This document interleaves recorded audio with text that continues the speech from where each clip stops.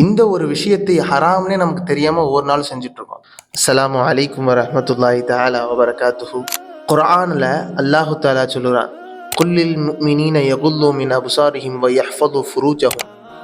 முஃமின்களை பார்த்து சொல்லுகிறான், அவர்கள் பார்வையை தாழ்த்தி கொள்ளட்டும், அவர்களுடைய மறைவிடங்களை பாதுகாத்து கொள்ளட்டும். இன்னைக்கு நிறைய பெற்றோர்கள் பண்ற தப்பு, அவுராங்கிற ஒரு விஷயத்த நம்ம பிள்ளைங்களுக்கு சொல்லி கொடுக்கறதே இல்லை. தொப்புல இருந்து முட்டிக்கால் வரைக்கும் மறைக்கணும். ஆனா நம்ம பிள்ளைங்களுக்கு நம்ம ஷார்ட்ஸ் ட்ரௌசரை வாங்கி கொடுக்குறோம்.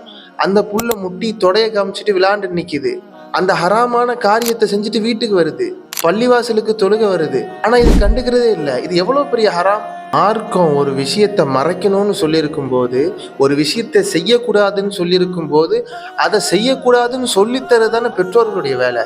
நல்ல விஷயங்களை சொல்லுவது மாத்திரம் நோக்கம் அல்ல, அதை விட குறிப்பா நம்ம ஒருபடி மேல கவனம் செலுத்துறது. இது ஹராம், இது தடுக்கப்பட்டது, இதை நீ செய்யக்கூடாதுன்னு சொல்லணும். விட மோசமான ஒரு நிலைமை என்னன்னா, 30-40 வயசு ஆம்பளை கூட முட்டியை காட்டிட்டு தொடைய காமிச்சிட்டு இருக்காங்க நம்மள. அன்பிற்குரியவர்களே, தயவு செஞ்சு இதில் ரொம்ப அலட்சியமாக இருக்காதீங்க.